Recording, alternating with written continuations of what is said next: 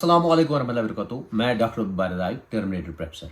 आज मैं आप लोगों को लेके चलता हूं बांडीपुरा। ये सिर्फ करप्शन का मसला नहीं है, बल्कि ये मसला है कि जो भी फीमेल फोक अपनी असमतें सामने रखती थी, अपने असमतें लुटने के लिए तैयार होती थी, उनको बहुत अच्छी पोजीशन मिलती थी डिपार्टमेंट में। चाहे वो लोअर पोजीशन पे क्यों ना हो, उनको हायर पोजीशन पे बिठाया जाता था। और इसके अलावा जो भी लड़की तैयार नहीं होती थी, उनकी ट्रांसफर 8 से 9 बार होती थी उसी ऑफिस में। आज बात करेंगे हम फॉर्मर एसीडी बांडीपुरा अब्दुल रशीद दास साहब की। और ये इतने अयाश थे कि आप अंदाजा नहीं लगा सकते हैं। ये सिर्फ रंग रलिया नहीं मनाते थे, उसके अलावा करप्शन भी करते थे, और वो भी हाई लेवल का। जो भी सीनियर ऑफिशियल होता था, उनकी ट्रांसफर इन्होंने बालाई इलाकों में की, और जो भी खूबसूरत चेहरा होता था उसको अपनी आंखों के सामने रखते थे उनको बेड पे लाने के लिए। और जो भी बेड पे नहीं आता था, उनकी ट्रांसफर 8 या 10 बार होती थी। वो आप लिस्ट चेक कर सकते हैं 2019 से लेके 2023 तक।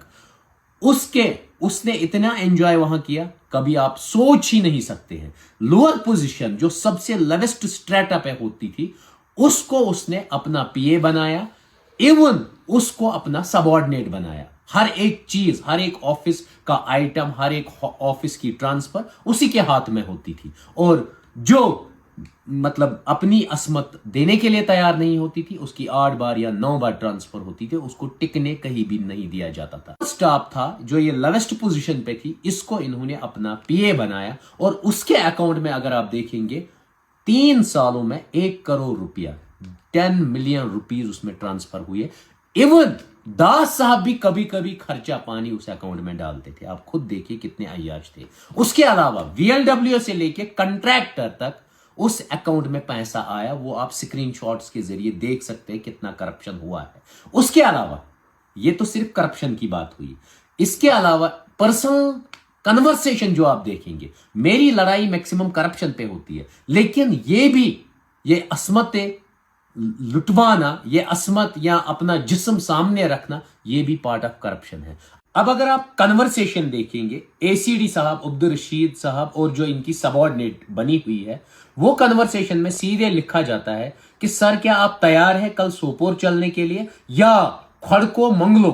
खड़को मंगलो मुझे नहीं पता है, लेकिन बांडीपुरा के लोग खुद जानते हैं खड़को मंगलो कौन सी जगह है। उसके अलावा यह कहा जाता है सर मुझे अभी पीरियड आया नहीं, शायद मैं प्रेग्नेंट हो गई। वो आप स्क्रीनशॉट्स देख सकते हैं। रिटर्न में रिप्लाई आता है कि अभी तो आपकी डेट नहीं है, 19 आपकी डेट है। आप खुद देख लीजिए कितना गिरता है एक इंसान।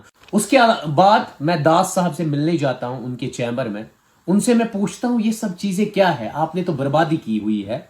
उन्होंने सीधे कहा मैंने बांडीपुरा में अगर करप्शन किया है तो उसका हिस्सा मैंने फॉर्मर डीसी साहब, उन्होंने नाम लिया, कोई ओएस साहब थे वहां पर, उनको भी पहुंचाया। इवन उन्होंने मोबाइल में चंद स्क्रीनशॉट्स भी दिखाए, कहा मैंने उनको भी पैसा ट्रांसफर किया हुआ। फिर मैंने उनको कहा मैंने ये केस लेके गया मैं विजिलेंस ऑफिस। उन्होंने कहा आपके विजिलेंस ऑफिस लेने से क्या हो गया, मैंने 2 मोबाइल किसी विजिलेंस ऑफिसर को दिए। मैं शॉक हो गया। इवन उन्होंने फिर एलिगेशन दी चंद ऑनेस्ट ऑफिशियल्स को, क्योंकि ऑनेस्ट मैं इसलिए कहता हूं क्योंकि जब मैंने पता किया ऑनेस्ट ऑफिशियल्स रूरल डेवलपमेंट के हायर अथॉरिटीज, जब मैंने पता किया वो रियली में बहुत ही ऑनेस्ट है। वो इवन अपने ऑफिस से चाय का कप भी नहीं पीते हैं। और उन्होंने सेम डेट 13 मार्च 2023 को सस्पेंड किया दास साहब को। उसके बाद उन्होंने अगस्त में जो वो सबऑर्डिनेट थी उनको कश्मीर से लेके जम्मू ट्रांसफर किया। मींस वो रियली में ऑनेस्ट ऑफिशियल्स थे, लेकिन ये बेकार में उन रूरल डेवलपमेंट के ऑफिशियल्स पे कीचड़ उछाल रहा था।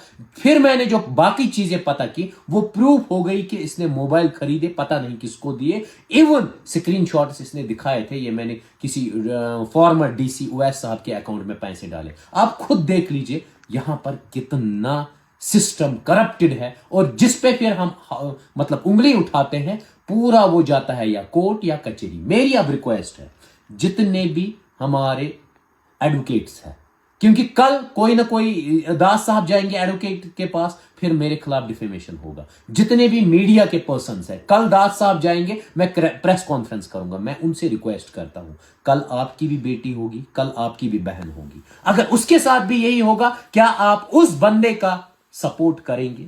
अगर करेंगे तो मुझे कोई प्रॉब्लम नहीं, कल आप जाइए कोर्ट में भी मेरे खिलाफ और एक डिफेमेशन लगाइए, मुझे कोई फर्क नहीं पड़ता। या वो करप्टेड मीडिया पर्सन्स जो फिर प्रेस कॉन्फ्रेंसेस करवाते हैं इन करप्टेड लोगों से, उनसे भी मेरी रिक्वेस्ट है, अगर आप कल अपनी बेटी की अस्मत को भी ऐसे ही भेजेंगे, अपनी बहन की अस्मत को भी ऐसे ही भेजेंगे, तो मुझे कोई गिला नहीं। बाकी थैंक यू।